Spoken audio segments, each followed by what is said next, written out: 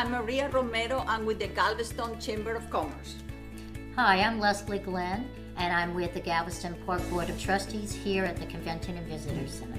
Hi, I'm Robert Evans, and I work for the Galveston Regional Chamber of Commerce.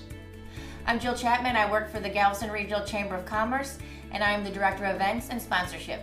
Hey, I'm Lindsay Touche, and I'm the Vice President of the Galveston Regional Chamber of Commerce.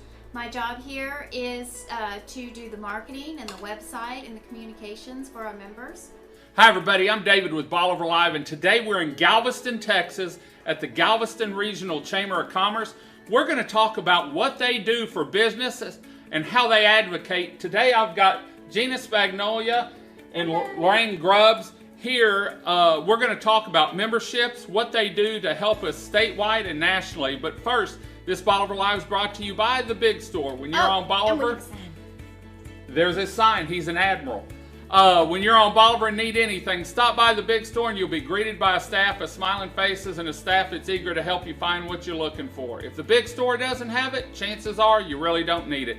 And I would just want to say real quick, Keith Zahar is made history last year when he was voted in. He's the first Bolivar business to sit on the board of the Galveston Regional Chamber of Commerce. And so I want to thank the Regional Chamber of Commerce for taking us on. And what we did is we're now working with the Regional Chamber of Commerce through Bolivar Tourism Center, the Big Store, Crystal Beach Golf Carts, Stingery Restaurant, Marina, Blue Wave Vacation Rentals. All of us have joined so that we have a voice, because when it comes time to work on bills and stuff, we need their support. Gina, y'all are the oldest Chamber of Commerce in Texas. We are. We were established in 1845 by the Republic of Texas. So this year we'll be celebrating in January our 177th anniversary. With that much history, what's y'all's mission? What do you do for the businesses, for the region, for the county, both local and statewide? How do you get involved with bills and stuff? Yeah, well, I'm first of all so proud to lead this organization. October 1st will be my 18th year here. I served as a board member for many, many years when I was at the Historical Foundation. But what I'm so proud of as we travel across the nation and meet with other chambers whose mission has been one thing and changed throughout the years. This chamber's mission for 177 years has been to promote and advocate for business and community development. And what does that mean when you break it down? It means we advocate. When you came in this morning, I was on with Congressman Randy Weber, and we're getting to, he was there, I let him hear it. But what we're doing is we're arranging, I'm coordinating with Randy Weber's office, and we'll be doing a fly-in, and it's about dredging. And so anything that has to do with our members' ability to do business, so whether that's here at the city, whether it's at the state or national level, we're your voice, we're their voice there. It's hard. As you know, every day you're running your business. We've got small businesses, especially now, they don't have employees there. And so it's hard for them to keep up. It's hard for us with all the changes in legislation and things that are going on in the city. And so when you join, whether you get extremely involved, and we ask that you do because it's good for you, but just if, let's say you're the laundromat and you've got two people and you're just working, we're your eyes, we're your voice. We're going to be fighting for property tax, which we are. Property taxes, anything that's going to affect your ability. And if you can't afford to do business in this region, that's bad, you know? So everybody is affected by that. And so we're promoting, we're advocating, we're providing networking opportunities that Lorraine will talk about. And I'm going to talk real quick about networking, because I've never really been around networking. I was a fishing guide, and I mean, we swapped fishing trips and stuff, but we started they kicked off the 2022 class of the Galveston Leadership Program. And I'll be honest with you, at first I was like, man, I'm on Bolivar, I don't need this. But I went through it this weekend, the kickoff weekend. Both of these ladies were there. It's phenomenal. Join the chamber, get involved with the Galveston Leadership program 2023. I've already called a couple businesses Blue Wave and told them you really need to get in here, because networking is a big thing, and there hadn't been a lot of it in the past that I know of, but I can tell you there's going to be now, because Galveston people come to Bolivar. We see it in the tourism center every day. Bolivar people go to Galveston. Each of us has our own clique in the tourism industry, and we're going to work together. And so that's my plug for the leadership program, because both y'all know, man, I wasn't, but after listening to the people, the scenarios you did, the treasure hunt, the class from 2021 that came in, that's the 40 group, 40 and under, they've got everything here.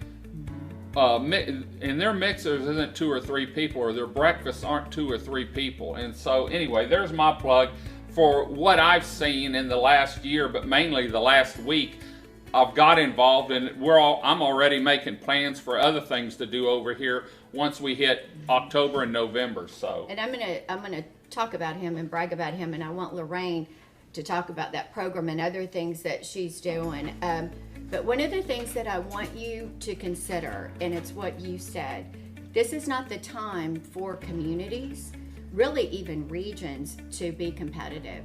It's not competitive between Galveston and Bolivar. We have to begin to think as businesses as a region, thus being when we added regional to our name. We recently, in January, implemented Work Galveston County. We didn't say Work Galveston and just try to get all the employees here in Galveston. It may not be a good fit. Work here, live here, come here. So what we started considering are those people, and I used Arkansas because that's where my family lives. When the Keystone Pipeline pulled out, a lot of those little towns now, the one that I was raised in, are dwindling. The schools are closing. So we thought, why don't we reach out? We have jobs. We have good jobs in our region. And there are various levels of housing in our region for families. So we went out and we started this campaign. And those cities, those chambers of commerce, those visitor centers that are thinking regionally, also on a statewide level, will survive. Those that do not likely will not survive. And we just could not be prouder of what you've done. And Keith Zahar is just a treasure. If you don't know the man, stop by the big store. You need to just know him personally.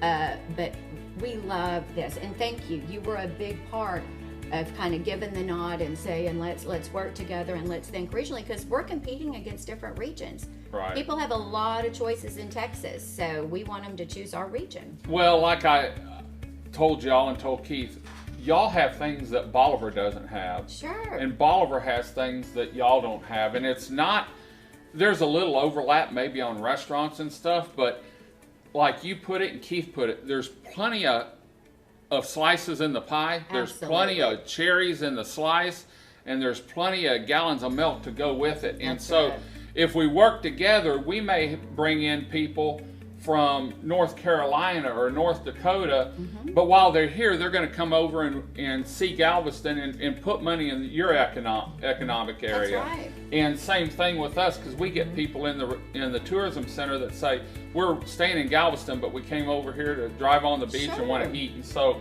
it's a great fit. It's a great stay in our region. And what no one has is Lorraine Grubbs. That's right. But we do. And we're going to share some things with her. Oh, sorry, did I cut you off? No. Finish your statement. But and then Lorraine. In order to join the chamber, you talk to Lorraine Grubbs. Yes. And so tell us, when people come in, what can they expect you to tell them, and how easy it is to sign up? Yeah. Thank you. Well, I have the privilege of working for what I consider the best chamber in Galveston County. And so when people come in, they're looking for a few things. The first, probably the most people we see are saying, I just started my new business, or I'm relocating my business to Galveston. Can you help me market it? Can you help me get the word out about what we do? And by the time we're done talking, they're typically $375 investors.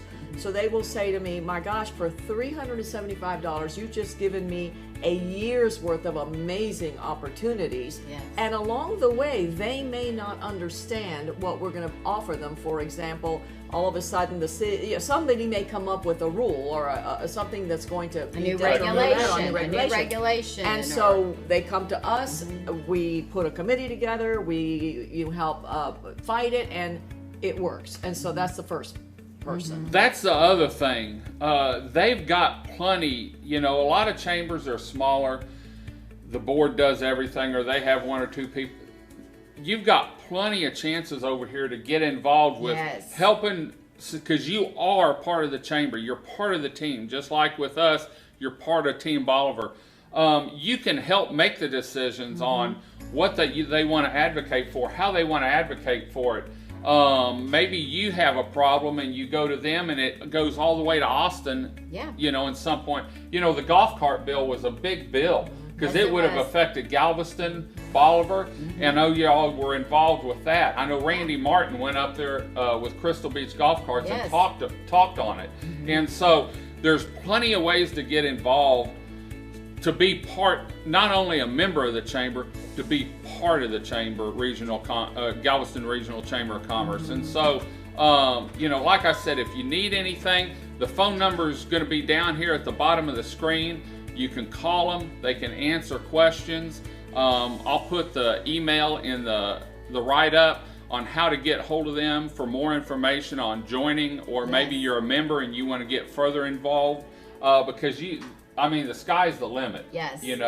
We're also getting ready to put together a display for Bolivar that's going to be over here. They've got stuff over here now, but we're going to take it to the next level, and in return they're going to have a representation over at the big store for the businesses over here, so that everyone can work together and knows what they have to offer in Galveston and what we have to offer on Bolivar. And David, one of the to tag on to that, we are the official visitor center for Galveston, and so and you are.